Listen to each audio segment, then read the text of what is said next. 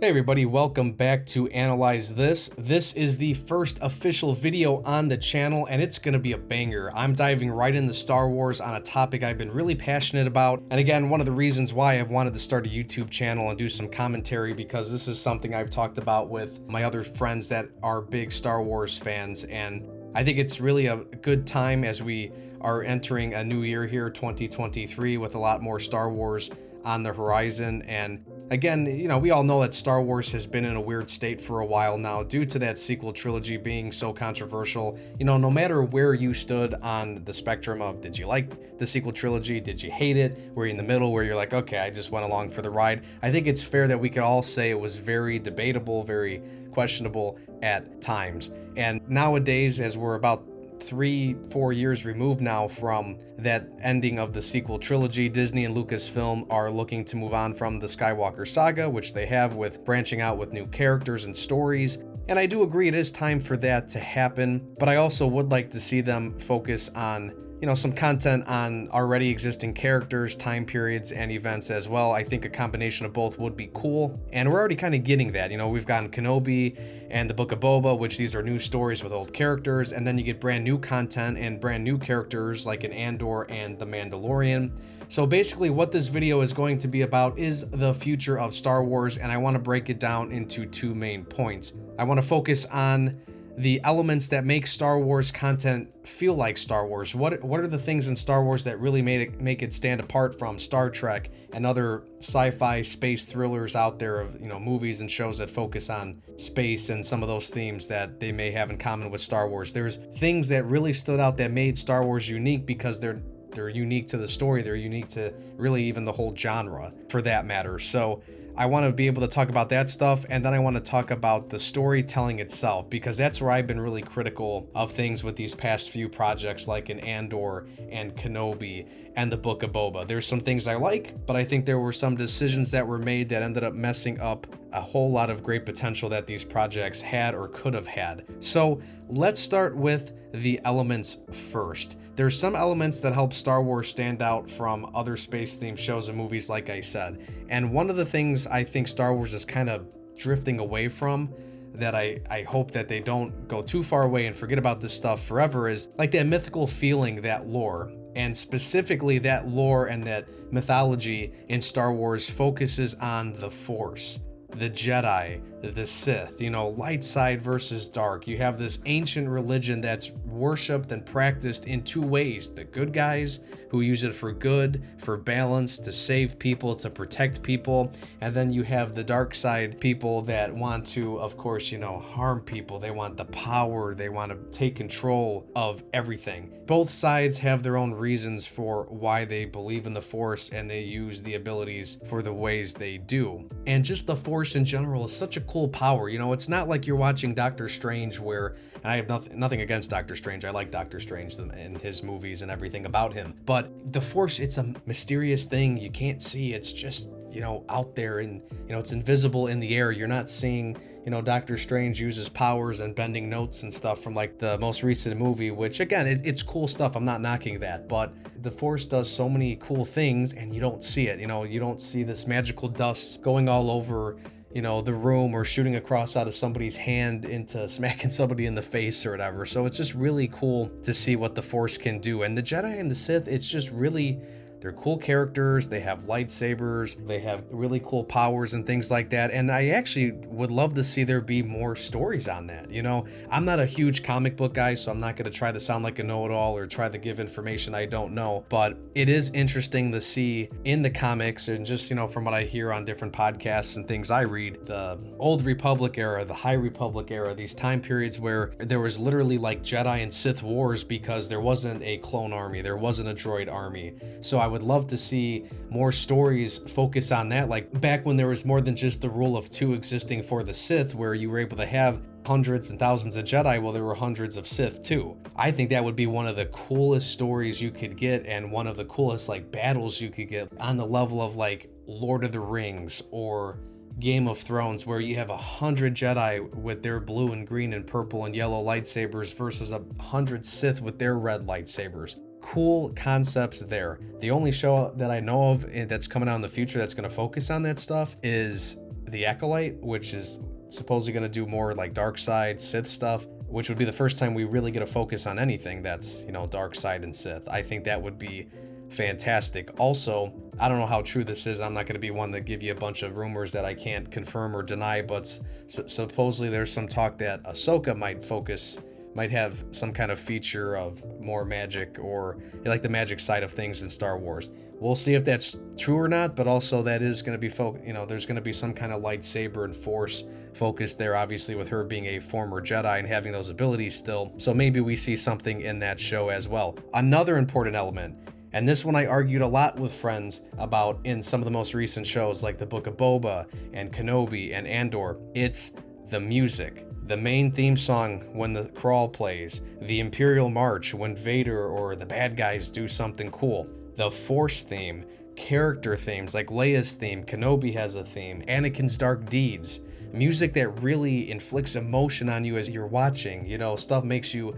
sad in those moments where you get a little teary-eyed because it's a magical moment or it's an emotional scene, or you're at the edge of your seat because there's a battle going on and you don't know what's going to happen. Some of those elements really weren't there. I mean, a couple, you sprinkled in a little Imperial March or the Force theme in Kenobi. The one song that was cool in the Book of Boba obviously was his theme song. That was pretty cool. And then Andor, I didn't really feel any kind of sort of cool Star Wars type of music in that show. Now, it doesn't have to be recycling the Force theme, the main theme, the Imperial March. We have to move on from that stuff, I agree. Or that comes in, with certain characters. Like the Imperial March you usually get with like the Empire or really Darth Vader, or, Kylo Ren's theme is pretty cool too. And just to mention a couple of cool examples of when music really helps enhance Star Wars, like for example, the beginning of episode 3, after the crawl plays and you get the awesome main theme song, that's part 1 of it. Then part 2, you get right into, you slowly see the, starship, and then you see Anakin and Obi-Wan's ships come in, and then all of a sudden, boom, you're in the big battle over Coruscant as they're looking to save Chancellor Palpatine. Then you have Vader in Rogue One. I don't know how you would define the music per se when he is going through and annihilating the rebels in the hallway, but there's some cool music that plays there. And then at the end, when they just escape and Vader's there at the edge of the ship platform, he's pissed because the rebels got away, but then you get the Imperial March because he just kicked ass. It was really cool. I'll give you another example of the Imperial March. In episode 5, the first time you see Vader and the Empire in episode 5 is like almost like a montage clip of the entire Starfleet that he has, all the Star Destroyers, the TIE Fighters flying around. And how many times in general do you hear the Imperial March in episode 5? Do you see the fleet numerous times as they're chasing the rebels away? They're chasing Han Solo and company. I believe there's even a bit that plays when, Vader tells Luke that, hey, I'm your daddy. So there's these moments where you have music that not only when you hear it, you could go hear it, you hear an orchestra playing in the park, or you hear somebody in their YouTube video mocking something and it's like, oh, and then they use the Imperial March. You hear it, you recognize it, you relate it to Star Wars. I'm not hearing any new music that I could be like, wow, that's from Kenobi. Wow, that's from Andor. If you hear the Boba theme song, that's the one good case there. These scenes are enhanced by epic music. Quickly on the lightsabers, I just want to mention them again. I threw them out there when I was talking about the Jedi and the Sith. Hey, they're colorful, glowing space swords. They're the coolest weapons ever. Some people wield 2, some have double-edged swords like Darth Maul, or you could be like Kylo Ren and have like 3 points on yours. Each color means something, and it basically represents the character who wields it. There's really not much more I need to say on that. It's one of the coolest weapons. You can slice through people, you could cut through metal, cut through doors. They're really cool weapons. The way they can do the force throw and then it comes back to them like a boomerang, sort of. That's really cool. And again, those are epic battles too, where it's not just 2 dull metal shiny swords, clanking. You got 2 lightsabers. The sound effects are cool, the glow of them. Again, something that I don't know why we want to stray away from that and do all these shows where you're using blasters and guns all the time and tanks and vehicles when you can have one of the, literally the coolest weapon in Star Wars. And then lastly, this one is not necessarily like, oh, we need more of this, because I think Star Wars has always done well with spaceships and battle stations and space battles, dogfighting.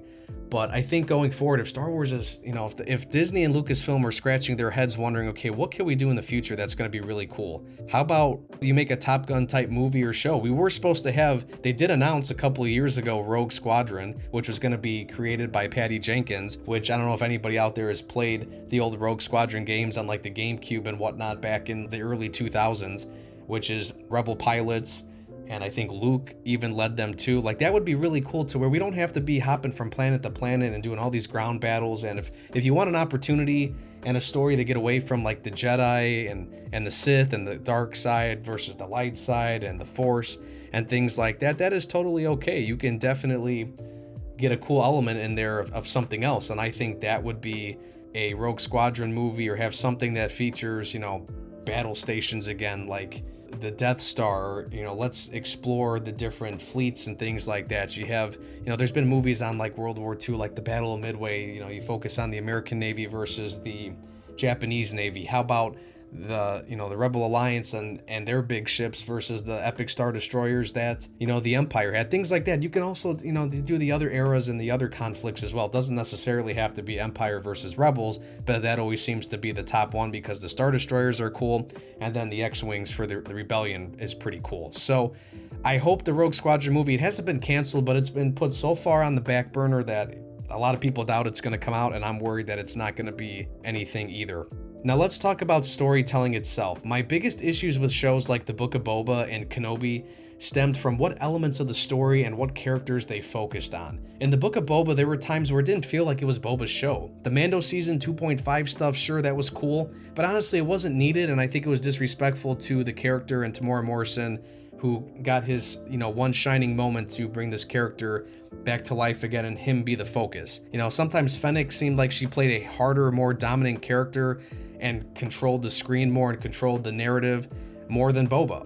In Kenobi, Reva seemed to be the star of the show. I'll never forgive them for interrupting Vader and Kenobi multiple times at the end of the show to show more Reva stuff, which they almost crossed the line with messing up canon too with her going after Luke. Now look, I know we need to have new characters, we need to have more characters, and sometimes new characters can help freshen up a story or even help get the ball rolling. Reva did just that in Kenobi, and that was fine. However, the most important characters and plot points should not be shoved aside for other characters and other minor situations that feel more minor in the grand scheme of things. Another example is Andor, a show with mostly new characters and a couple of returning characters that were important to the rebellion. Rather than allow more time for newcomers like Luthen or an important figure that returns, that again, we could flesh out her story more, Mon Mothma, in Andor, we had a bunch of flashbacks to Cassian as a kid in the beginning that never were revisited, at least in season 1.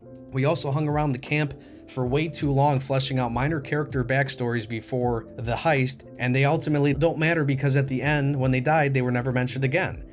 Andor should have focused mostly on himself, Mon Mothma, and even more of Luthen, who was my favorite character in the show to begin with. So again, look, I know Disney wants to make their own characters and stories. They want to make their own money. They want to stamp their own insignia on Star Wars with their own new ideas and new characters. That's totally fine, and we do need new ideas and fresh ideas in Star Wars, but if you're going to make shows or movies that focus on legacy characters and have their names in the damn title of the show or movie, then you better focus on them and do them justice.